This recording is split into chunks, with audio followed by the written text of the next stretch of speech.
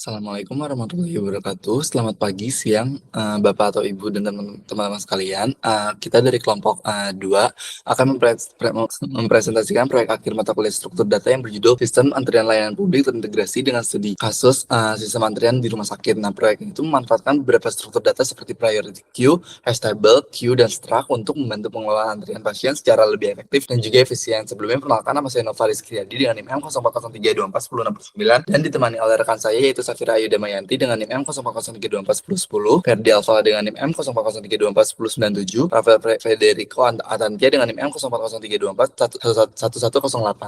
Yang pertama-tama itu adalah latar belakang. Nah, latar belakang proyek ini adalah masih banyaknya sistem antrian rumah sakit yang menggunakan metode manual atau semi digital sehingga kurang efektif dalam menangani jumlah pasien yang besar. Masalah tersebut tuh sering menyebabkan waktu tunggu yang lama, penurunan kualitas pelayanan, serta berkurangnya efisiensi kerja petugas rumah sakit. Selain itu, adanya perbedaan tingkat prioritas pasien juga menurut adanya sistem yang dapat mengatur urutan pelayanan secara lebih adil dan juga efisien. Oleh karena itu, kami merancang sistem antrian berbasis struktur data yang mampu mengelola prioritas pasien serta mempercepat proses pencarian dan juga pengelolaan data pasien. Selanjutnya, rumusan masalah. Nah, berdasarkan latar belakang tadi, terdapat beberapa rumusan masalah yang ingin diselesaikan, yaitu yang pertama, bagaimana merancang sistem antrian rumah sakit yang mampu mengelola alur pelayanan dan prioritas pasien secara efisien. Yang kedua, bagaimana sistem dapat membantu mengurangi waktu tunggu pasien dan meningkatkan efektivitas pelayanan.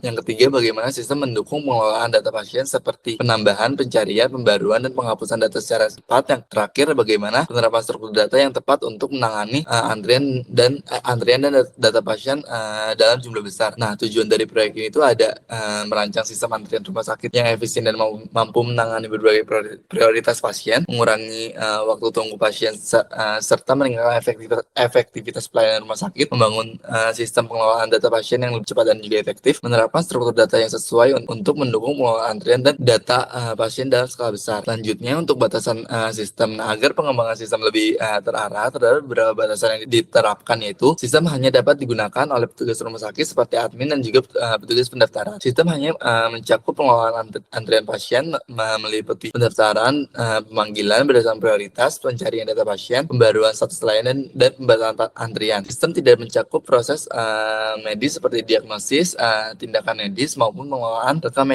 medis secara detail.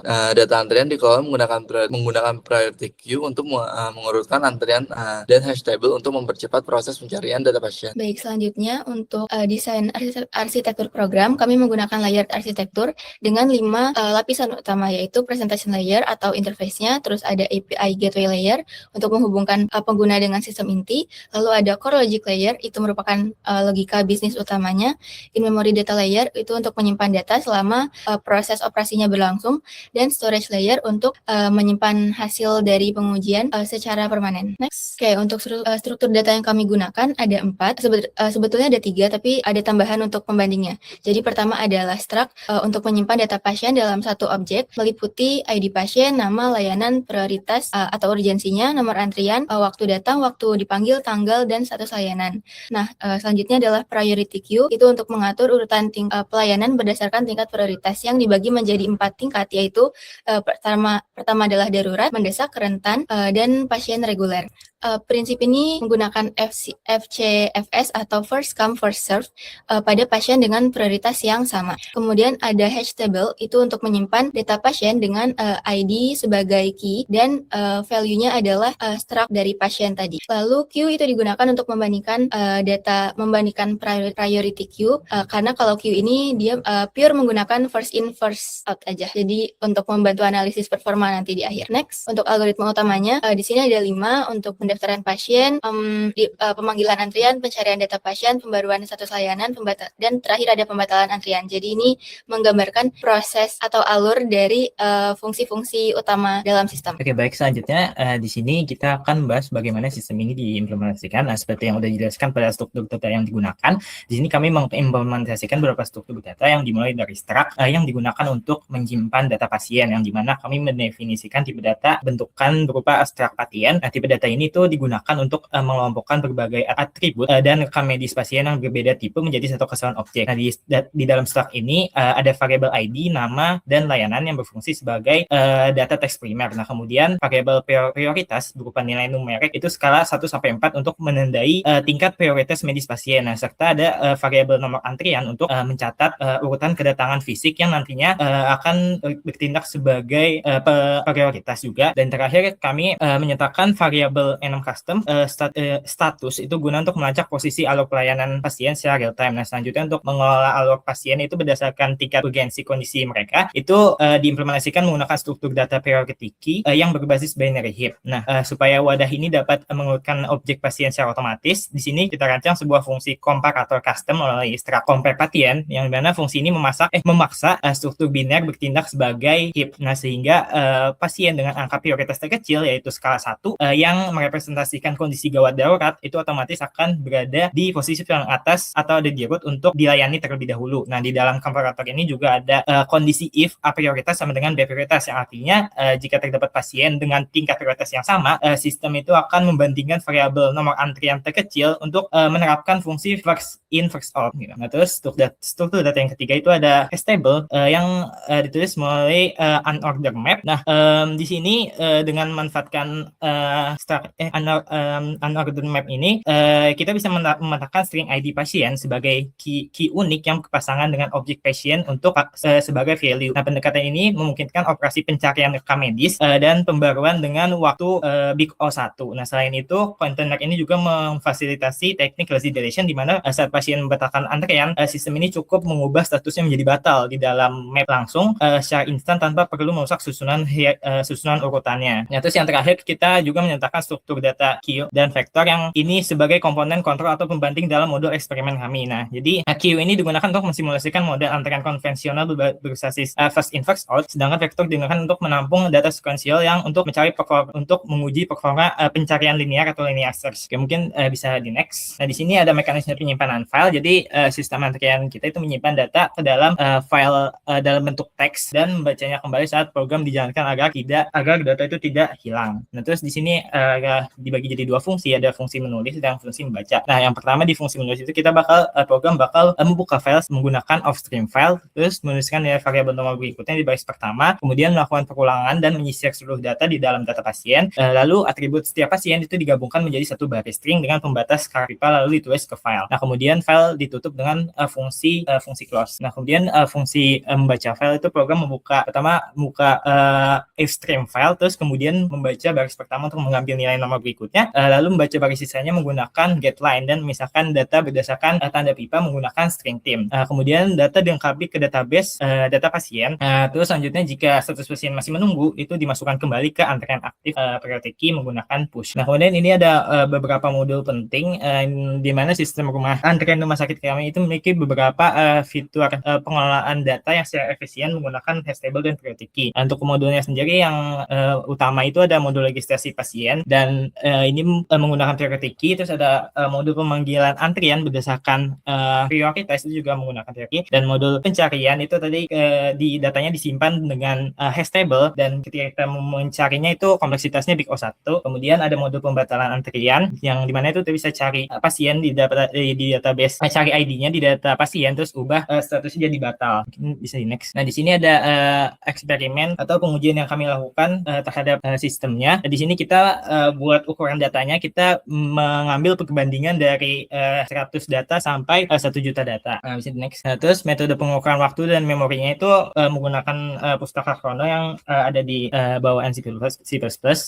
Bisa di next lagi. Dan untuk replikasi eksperimennya itu diulang secara konsisten sebanyak 10 iterasi per skala data untuk menjamin objektivitas dan keabsahan data uji. Nah, mungkin bisa langsung ke bagian penjelasan dan demo program. Oke, di sini kita coba langsung lakukan demo program. Jadi pertama cara runnya itu kita bisa pakai make run. Udah ada make file ya. Terus misalkan di sini kita isi dummy data dulu. Dummy data ini udah sesuai dengan tanggal sekarang ya. Jadi dia nggak bakal error karena nanti ada tipe yang booking, ada tipe yang udah langsung check-in gitu. Nah, di sini kita tampilkan dulu, misalkan pertama kita tampilkan dulu semua data pasien. Nah, sini udah kelihatan misalkan ada citra, terus layanan UGD, prioritasnya darurat, statusnya lagi dipanggil, datangnya itu 807 pada tanggal 2021. 2026 bulan 6 tanggal 5. Oke. Nah, pertama di sini kita coba dulu. Jadi ada 5 yang mau kita uji: pendaftaran pasien, pemanggilan antrian, pencarian data, pembaruan status, dan pembatalan antrian pasien. Yang pertama kita coba pendaftaran pasien dan pemberian nomor antrian. Oke, jadi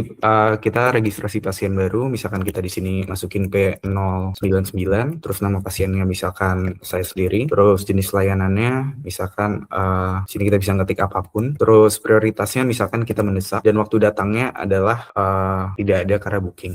Nah, maka kalau misalkan dia booking, dia harus ada tanggal appointment-nya. Misalkan di sini tanggal appointment-nya kita bikin 18 Juni 2026 0618. Nah, maka udah masuk registrasinya, terus kita bisa show datanya. Nah, di sini ada ya P099. Oke. Lalu yang kedua adalah pemanggilan antrian berdasarkan prioritas. Jadi kita coba riset dulu datanya biar rapi. Nah, kita panggil berdasarkan prioritas, kita langsung aja panggil antrian berikutnya 3 karena itu udah otomatis. Dan sini keluar lognya di mana pasiennya menunggu jadi dipanggil. Prioritasnya darurat ya, sesuai prioritas, nomor antriannya 8. Terus kalau misalnya kita lihat dia udah berubah tadi yang 8 ya kan, udah dipanggil. Oke. Terus selanjutnya ada pencarian data pasien. Misalkan kita coba cari mungkin ini ya P009.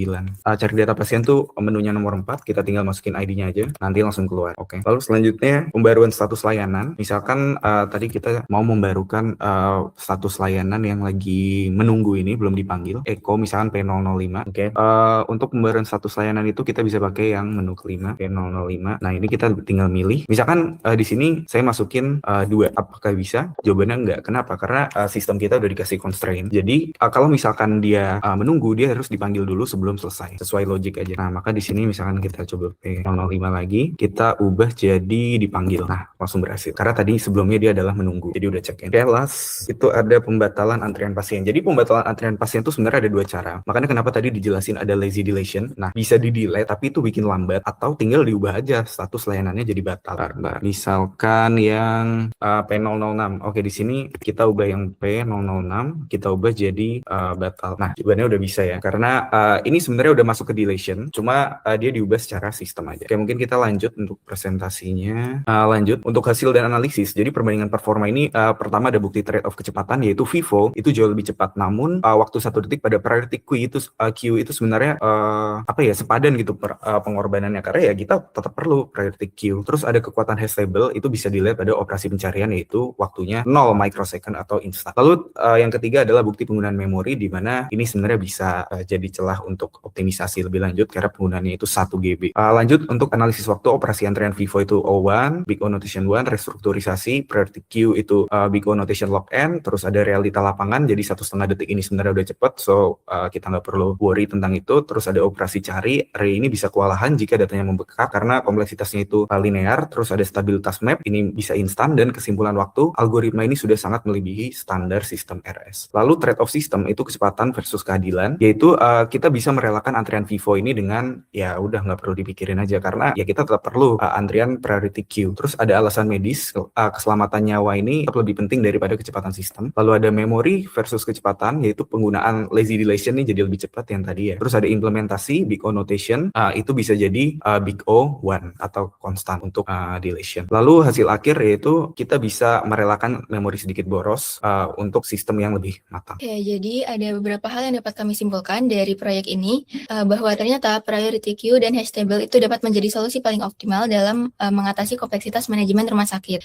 Kemudian priority queue ini kita gunakan meskipun dia sedikit lebih lambat daripada standar queue, tapi ini krusial karena menjamin kondisi darurat. Pasien dengan kondisi darurat itu mendapatkan prioritas utama. Dan efisiensi menggunakan hash table itu dapat melakukan proses operasi pencarian, pembaruan, dan pembatalan dengan waktu konstan atau O1. Rekomendasinya untuk pengembangan berikutnya dapat dilakukan optimasi alokasi memori dengan pointer, terus migrasi ke basis data relasional atau NoSQL, dan ekspansi menjadi aplikasi terdistribusi. Mungkin cukup sekian dari kelompok kami. Terima kasih. Wassalamualaikum warahmatullahi wabarakatuh.